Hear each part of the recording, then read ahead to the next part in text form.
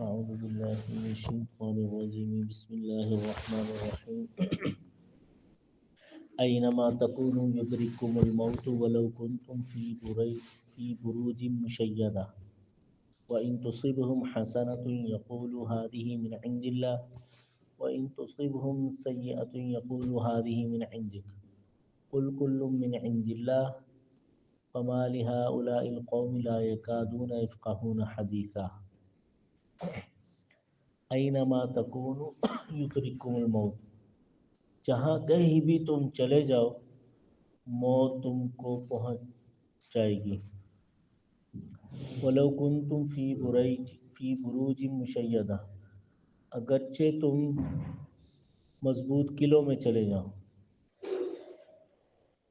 وَإِن تُصِبْهُمْ حَسَنَةٌ يَقُولُوا هَٰذِهِ مِنْ عِندِ اللَّهِ، اور اگر تمہیں کوئی پہنچتی ہے بھلائی تو کہتے ہیں کہ یہ اللہ تعالیٰ کی طرف سے ہے۔ وَإِن تُصِبْهُمْ سَيِّئَةٌ، اور اگر تمہیں کوئی برائی پہنچتی ہے یقولون هَٰذِهِ مِنْ عِندِكَ، تو یہ کہتے ہیں یہ آپ کی طرف سے ہے۔ قُلْ كُلٌّ مِّنْ عِندِ اللَّهِ، آپ کہہ دیجئے ساری کی ساری چیزیں اللہ کی طرف سے۔ فَمَا لِهَٰؤُلَاءِ الْقَوْمِ، کیا ہو گیا ہے ان لوگوں کو، لا یکادون یفقہون حدیثا، کہ یہ سمجھتے نہیں ہیں کسی بات کو۔ چنانچہ گزشتہ آیات میں اللہ تعالیٰ نے یہ ذکر کیا تھا کہ یہ جو کچے ایمان کے لوگ ہیں، یہ منافق لوگ ہیں، وہ جہاد کی کامیابی پر تو خوش ہوتے تھے اور ناکامی پر ناخوش ہوتے تھے، اور خواہش کرتے تھے جس میں مال غنیمت ملا کاش ہم بھی اس میں ہوتے، اس جہاد میں ہوتے۔ تو کچھ لوگ موت کے ڈر سے جہاد میں نہیں جاتے۔ اللہ تعالیٰ نے ان کے لیے آیت نازل کی کہ اینما تکونوا یدرککم الموت ولو کنتم فی بروج مشیدہ، کہ تم مضبوط قلعوں میں بھی پناہ لے لو موت تمہیں وہاں بھی آ جائے۔ تو وہ اس آیت میں اللہ تعالیٰ نے موت کا جو تعلق ہے وہ اپنی ذات کے ساتھ بتایا ہے، جہاد کے ساتھ موت کا تعلق نہیں ہے، اور اللہ تعالیٰ کی ذات کے ساتھ ہے۔ یہاں پر عبرت کے لیے تفسیر ابن کثیر میں ایک واقعہ بھی لکھا ہے کہ اللہ تعالیٰ موت جب کسی کو دیتے ہیں تو چھوٹے سے جانور کے ذریعے بھی دے دیتے ہیں۔ چنانچہ انہوں نے ایک واقعہ لکھا ہے، فرماتے ہیں کہ ایک عورت کے ہاں بچی پیدا ہوئی، تو اس عورت کا ایک خادم تھا، جب وہ بچی پیدا ہوئی تو اس نے کچھ اس کے لیے یا کوئی چیز منگوانے کے لیے خادم کو باہر بھیجا۔ جب وہ باہر گیا تو اس کو جھونپڑی کے باہر ایک آدمی ملا، وہ کہنے لگا کہ اس عورت کے ہاں کیا پیدا ہوا ہے؟ تو اس خادم نے بتایا کہ بچی پیدا ہوئی۔ اس خادم نے اس بچی کے بارے میں دو باتیں بتائی، اس آدمی نے، وہ آدمی کون تھا یہ تو نہیں لکھا ہوا، کہنے لگا یہ بچی جو ہے بڑی ہو کر کم از کم 100 مرتبہ زنا کرے گی، اور دوسری بات یہ بتائی کہ اس کو موت جو ہے ایک مکڑی کی وجہ سے۔ جب اس کے خادم نے یہ سنا کہ یہ بچی ایسی کام کرے گی تو اس نے جو ہے چھری لی اور اس بچی کا پیٹ کاٹ دیا تاکہ یہ مر جائے، لیکن ساتھ وہاں سے وہ خادم بھاگ گیا، کسی دوسرے شہر میں چلا گیا۔ اب اس کی ماں نے کیا کیا، اس بچی کے پیٹ کو ٹانکے لگا دیے اور وہ بچی ٹھیک ہو گئی، جوان ہو گئی ماشاءاللہ۔ اب یہ جو خادم تھا جس شہر میں گیا وہاں جا کے اس نے بڑی محنت کی اور بڑا پیسہ کمایا، دوبارہ اسی شہر میں واپس آیا اور آ کر بات کی وہاں پہ میں شادی کرنا چاہتا ہوں، اور شادی بھی ایسی لڑکی سے کروں گا جو خوبصورت ہو کیونکہ میرے پاس مال پیسہ ہے۔ چنانچہ ایک بہت ہی خوبصورت لڑکی سے اس کی شادی ہوئی۔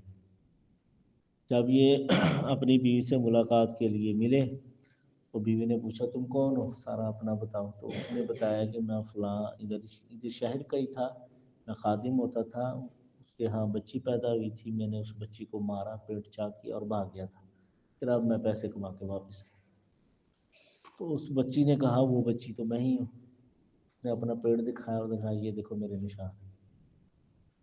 تو کہتے ہیں آپ کے بارے میں تو ایک بندے نے مجھے 2 باتیں بتائی تھیں، اس نے دونوں باتیں بتا دیں۔ کہتے ایک بات تو یہ بتائی کہ تم 100 مردوں سے ایسے غلط کام کرو گے، اس نے کہا یہ تو میں کر چکی۔ تو دوسری بات بھی پھر سن لو کہ تمہاری جو موت ہے وہ مکڑی کی وجہ سے ہوگی۔ چنانچہ بہرحال اس نے جو ہے اس کو بڑا محل بنا کے دیا اور اس کی جو ہے حفاظت کی جالے لگنے سے، مکڑی نہ کوئی اندر آ جائے۔ لیکن اچانک ایک دن لکھا ہے تفسیر میں، دونوں میاں بیوی لیٹے ہوئے تھے تو چھت سے ایک مکڑی آ گئی۔ تو اس عورت کی نظر پڑ گئی، لڑکی کی نظر پڑی، اس نے کہا کہ یہ مکڑی سے ڈرا رہے تھے تم؟ کہتا ہاں، اسی کے بارے میں اس آدمی نے کہا تھا کہ تمہاری اس مکڑی کی وجہ سے موت ہوگی۔ وہ کہتی اس کو تو میں ابھی مار دیتی ہوں۔